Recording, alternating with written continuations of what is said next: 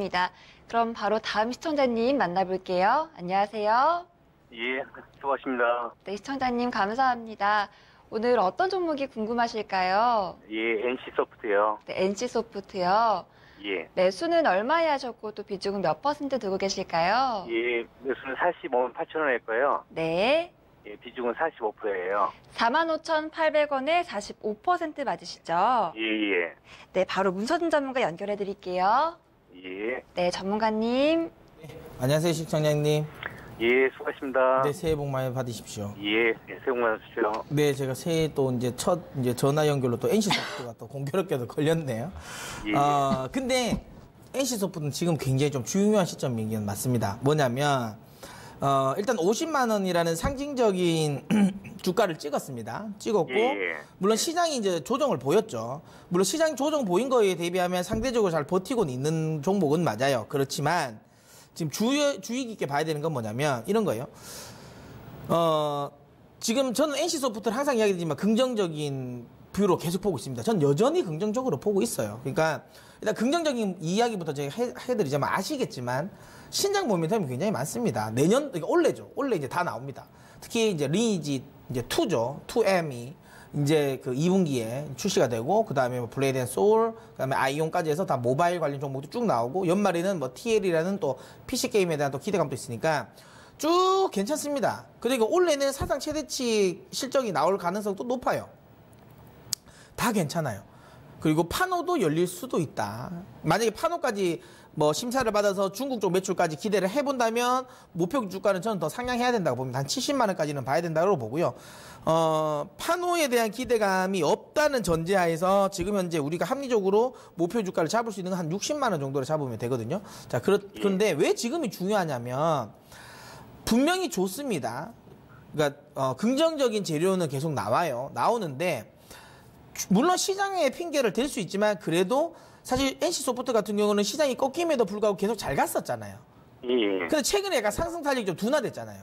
그러니까 원래 시장 대비 아웃퍼폼 했던 주가가 최근에 약간 시장 그러니까 이 수익률에 수렴하고 있으니까 이 부분은 상승 탄력에 둔화에 대한 우려감은 해볼 만한 시점은 맞아요.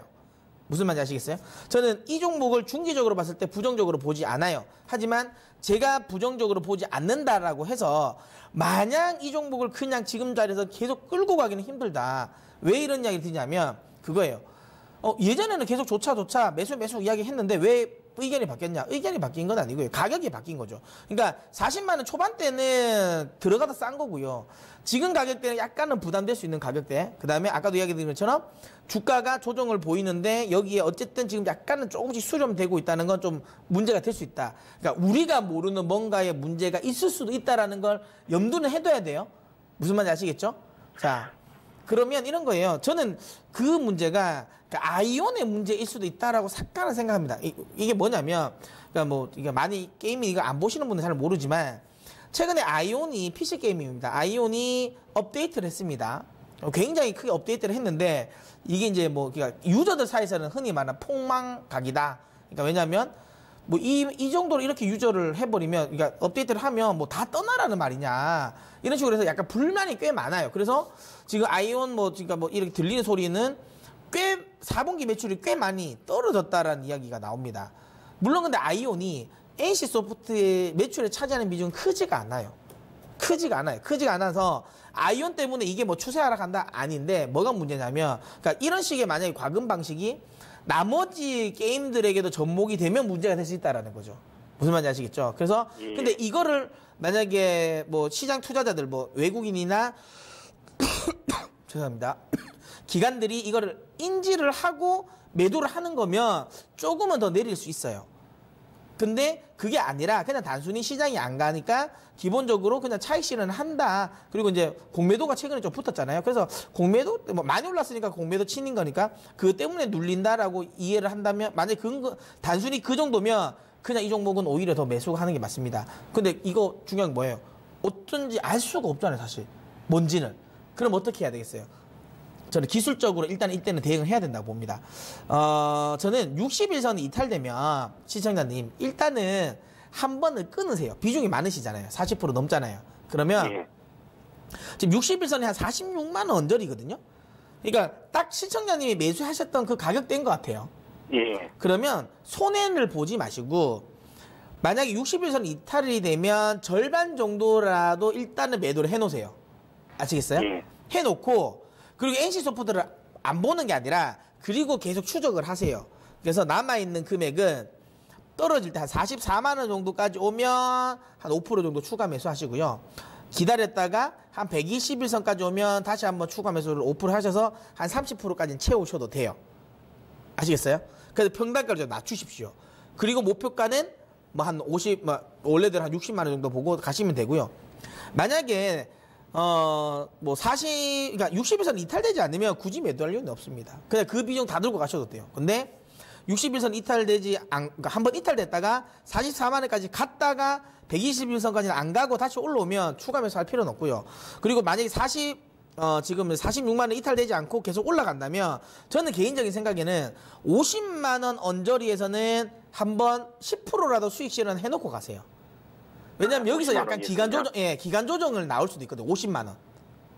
기간 조정이 될 수 있으니까 한 10%는 익절 해놓고 기다리십시오. 그리고 나서 60만 원까지 저번 12월 달에 51만 6천 원까지 올라갔잖아요. 그렇죠.